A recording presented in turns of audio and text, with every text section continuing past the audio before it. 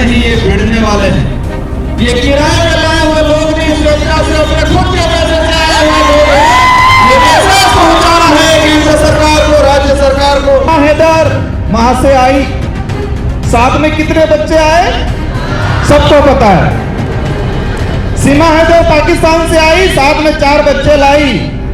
लेकिन इस गोदी मीडिया ने यूसीसी जो बिल है उससे आदिवासी समाज पे क्या असर पड़ेगा, एट्रोसिटी एक्ट पे क्या असर पड़ेगा, हमारा जो जमीन का अधिकार है उस पे क्या असर पड़ेगा, इस गोदी मीडिया ने दिखाया। और कहते हैं ये लोग कि गहलोत जी की सरकार ते जी मरी जाए ने भी सम्मान आलवानो कानून आणनु एम कही। मृत सम्मान शरीर विधेयक, मैं उस सदन में उपस्थित था, हमने विरोध किया और उस विधेयक में यह है, और इस विधेयक के कारण हमारे आदिवासी समाज की न्याय व्यवस्था खत्म करने का कानून लाया गया। और राजस्थान की सरकार ने हमारे आदिवासी समाज के अंदर जो पालवी कमेटी है उस पालवी व्यवस्था को, आदिवासी समाज की न्याय व्यवस्था को खत्म करने का काम किया है। आपके लिए चैलेंज का काम है, सरकार ने आपको चैलेंज किया है। देश में कुछ लोग राजा बनने की कोशिश कर रहे हैं, उनको एहसास कराना है कि लोकतंत्र की चाबी जनता के हाथ में है, और समय आने पे उस चाबी को ऐसे लगाओ कि उनका ताला हमेशा के लिए झट खा जाए और उनको पता चले कि नहीं ये राजतंत्र नहीं ये लोकतंत्र है। ये एहसास कराने की जरूरत है।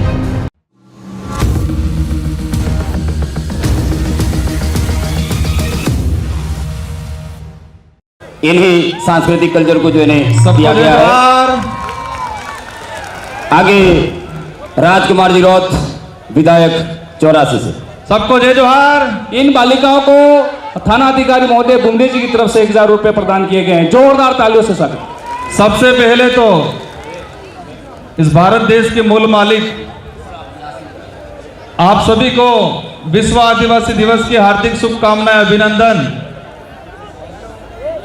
इस राजा डूंगर बरंडा की धरती पे और माला कटारा की धरती पे आप सभी का हार्दिक जोहार, अभिनंदन।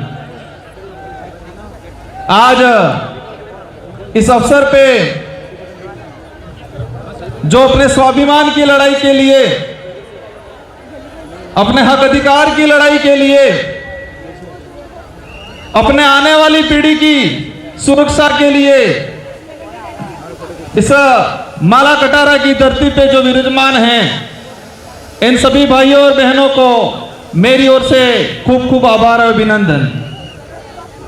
आज ये जो कार्यक्रम रखा गया है, ये विश्व आदिवासी दिवस जो 1994 के यूएनओ द्वारा घोषित किया गया था और इसके बाद से आज तक इसको मनाया जा रहा है। कई बार छोटे छोटे स्तर पे मनाया गया और डूंगरपुर जिले में बिल प्रदेश के क्षेत्र में ये आदिवासी परिवार की जो विचारधारा आई और इस विचारधारा के बाद पूरा आदिवासी समुदाय को जो अधिकारी बना हुआ था, कर्मचारी था, गरीब था, आम था, उसको भी विश्व आदिवासी दिवस को बारे में जानकारी मिली और पूरे जिले के अंदर, पूरे बिल प्रदेश के अंदर ये विश्व आदिवासी दिवस मनाया जा रहा है। आज का ये जो कार्यक्रम है उस कार्यक्रम को देख के लग रहा है कि भारत देश का, पूरे देश का एक ऐतिहासिक कार्यक्रम डूंगरपुर जिले की धरती पे हो रहा है, ऐसा लग रहा है। यहां से केंद्र सरकार हो, राज्य सरकार हो, उन तक मैसेज पहुंचा रहे हैं कि ये भीड़ नहीं, ये भिड़ने वाले हैं।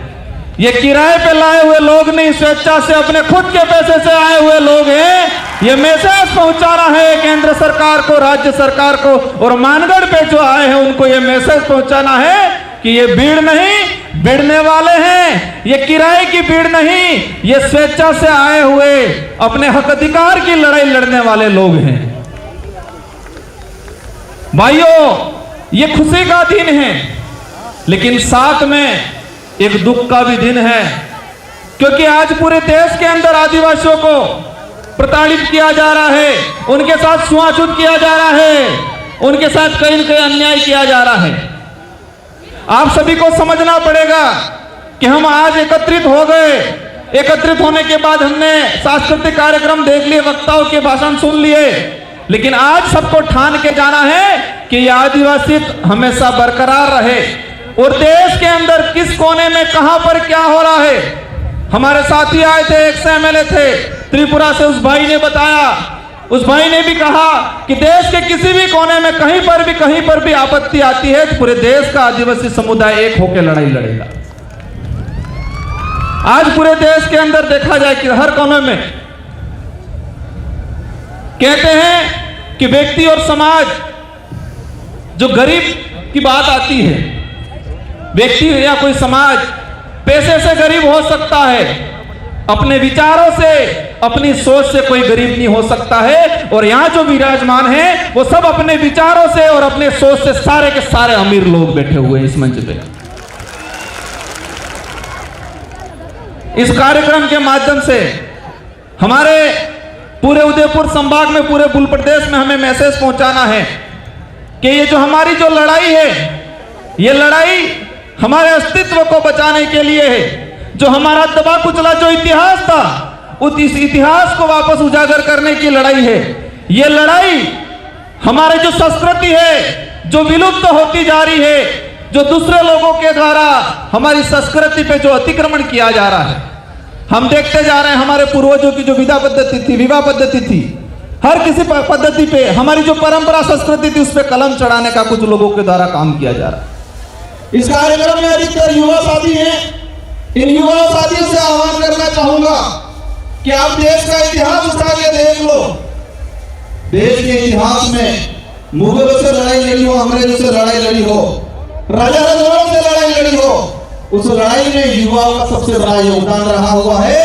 तो आज आजाद देश के अंदर भी हमारे अस्तित्व की लड़ाई, संविधान बचाने की लड़ाई आप लोगों को ही लड़नी है। इसलिए ठान लेना है कि हमें मजबूत रहना है, हमें बहकावे में नहीं आना है, हमें फ्री की योजनाओं पे ज्यादा ध्यान नहीं देना है, हमें हमारे हक अधिकार की बात। आप सबको पता होगा देश में क्या चल रहा है। देश के अंदर यूसीसी कानून लाया जा रहा है, देश के अंदर डिलिस्टिंग की बात की जा रही है। भारत देश के अंदर वर्तमान में वन सुरक्षा अधिनियम 2023 लाया गया और हमारे जो कमिटी बैठे हैं उन कमिटियों के लिए कहना चाहूंगा कि राजस्थान की सरकार एक विधेयक लाई, मृत सम्मान शरीर विधेयक, सुनने में बहुत बढ़िया लगता है। और कहते हैं ये लोग कि गहलोत जी की सरकार जिस दिन मरी जाए इन्हें भी सम्मान हजारों कानून आनी उनके, और हमारा भोली भाली बापड़ी जनता ने बहकाम अभी जाए। मृत सम्मान शरीर विधेयक मैं उस सदन में उपस्थित था, हमने विरोध किया और उस विधेयक में ये है, और इस विधेयक के कारण हमारे आदिवासी समाज की न्याय व्यवस्था खत्म करने का कानून लाया गया है। ये गमितियों को समझने की जरूरत है। और राजस्थान की सरकार ने हमारे आदिवासी समाज के अंदर जो पालवी गमिति हैं, उस पालवी व्यवस्था को, आदिवासी समाज की न्याय व्यवस्था को खत्म करने का काम किया है। आपके लिए चैलेंज का काम है, सरकार ने आपको चैलेंज किया है, हमको समझने की जरूरत है और सरकार को बताना है। क्या कोई भी विधेयक आता है जनहित के लिए प्रचारित करना चाहिए, जनता से राय मांगनी चाहिए। आदिवासी समाज में ऐसे कई बड़े कांड होते हैं जहां एसपी और कलेक्टर की नहीं चलती, वह हमारे पालों के गमितियों की चलती है। लेकिन इसका पूरे इलाके का इतिहास निकाल के देख लो, किसी भी हादसे में जो पुलिस से नहीं सुलझता वो हमारे पालों की गमितियों से, हमारे पालों के मुखियाओं से, हमारे आदिवासी समाज की न्याय व्यवस्था से वो कादिरा सुलझता है। लेकिन राजस्थान की गहलोत सरकार ने मृत सम्मान शरीर विधेयक पारित करके हमारी आदिवासी समाज की न्याय व्यवस्था को खत्म किया है। साथियों, कार्यक्रम बहुत सारे हैं, आप सभी से अनुरोध करना चाहूंगा कि शांतिपूर्वक तरीके से बैठना है। बहुत सारे कल्चर कार्यक्रम हैं, असम से हमारी टीम आई हुई है, कई वक्ता और बोलना बाकी है। लेकिन ये जो आज आप जो सुन के जा रहे हो, उस बात को अपने गांठ बांध के रख लेना है, दिलो दिमाग में बिठा के रख लेना है और समय आने पे एहसास कराना है कि आदिवासी समाज पे आप अन्याय करते जाओगे और चुनाव के वक्त आप हमको लॉलीपॉप दे दोगे और हम बिखरने वाले, हम उस लाभ लालच में आने वाले लोग नहीं हैं। ये गांठ बांध के जाना, ये गुस्सा बरकरार रखना है। और ये गुस्सा, हमारा देश लोकतांत्रिक देश है, इस लोकतांत्रिक देश में जनता का राज हुआ करता है। लेकिन इस लोकतांत्रिक देश में, लोकतांत्रिक जो देश है, उस देश में कुछ लोग राजा बनने की कोशिश कर रहे हैं। उनको एहसास कराना है कि लोकतंत्र की चाबी जनता के हाथ में है और समय आने पे उस चाबी को ऐसे लगाओ कि उनका ताला हमेशा के लिए जंग खा जाए और उनको पता चले कि नहीं, ये राजतंत्र नहीं, ये लोकतंत्र है। ये एहसास कराने की जरूरत है। भाइयों तथा बहनों, ये उनका वर्ड है। क्या है? भाइयों तथा बहनों, हमारे देश की जनता को के बेवकूफ बना दिया गया और टीवी पे गोदी मीडिया दिखा देती है कि सीमा हैदर वहां से आई, साथ में कितने बच्चे आए सबको पता है। सीमा हैदर पाकिस्तान से आई, साथ में 4 बच्चे लाई। लेकिन इस गोदी मीडिया ने यूसीसी जो बिल है उससे आदिवासी समाज पे क्या असर पड़ेगा, एट्रोसिटी एक्ट पे क्या असर पड़ेगा, हमारा जो जमीन का अधिकार है उस पे क्या असर पड़ेगा, इस गोदी मीडिया ने दिखाया। ये गोदी मीडिया ये दिखाती है कि किसी का कुत्ता बीमार हो गया, उस कुत्ते को ये डॉक्टर इलाज कर रहा है, ये दिखाती है। गोदी मीडिया सीमा हैदर आई, उसके साथ 4 बच्चे आए, किस बच्चे का क्या नाम है वो दिखाती है। लेकिन देश के अंदर जो काले कानून बन रहे हैं, इस देश को खत्म करने के कानून बन रहे हैं, उस कानूनों के बारे में नहीं बताती है। और इस कानूनों के बारे में ये जो विचारधारा के, आदिवासी समाज की विचारधारा के जो लोग हैं, इस देश के जो सोशल एक्टिविस्ट हैं, जो स्वतंत्र पत्रकार है, वही बताते हैं। हमको समझना है, जानना है और आने वाले समय में उनको एहसास कराना है कि ये लोकतंत्र है, राजतंत्र नहीं।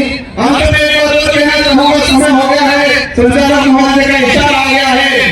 ये जो विश्व आदिवासी दिवस मनाया जा रहा है, इस विश्व आदिवासी दिवस की थीम है, ये जो आज जो मना रहे हैं उसकी एक थीम है, इन्होंने सेलेक्ट किया है, गाइडलाइन बनाई है कि आदिवासी समाज आत्मनिर्भर लेना सीखे, आत्मनिर्भर बने। और ये पूरे देश के अंदर हम एहसास करा रहे हैं कि यहाँ पर जो आए हैं वो आत्मनिर्भर लेके आए हैं, आत्मनिर्भर होके आए हैं। और मानगढ़ जो गए हैं वो कर्ज ही गए हैं, दूसरों के इशारे और समय आने पे उनको भी एहसास होगा। अगर राजस्थान की सरकार राहुल जी ये विश्व आदिवासी दिवस मना रही है, मैं इस मंच के माध्यम से उनको कहना चाहूंगा, कम से कम जो विश्व आदिवासी दिवस है उस दिवस की थीम का तो ध्यान रखते आप लोग। इस दिवस की थीम क्या है, इस दिवस का उद्देश्य क्या है, अगर ये आपको पता होगा तो राजनीतिक फायदा लेने के लिए आदिवासी को इकट्ठा करने का काम नहीं करते, उनको कर्ज नहीं बनाते। इन्हीं शब्दों के साथ आप सबको जय जोहार, जय आदिवासी, जय हिंद। बहुत बहुत धन्यवाद। एक कमान विदाई होने को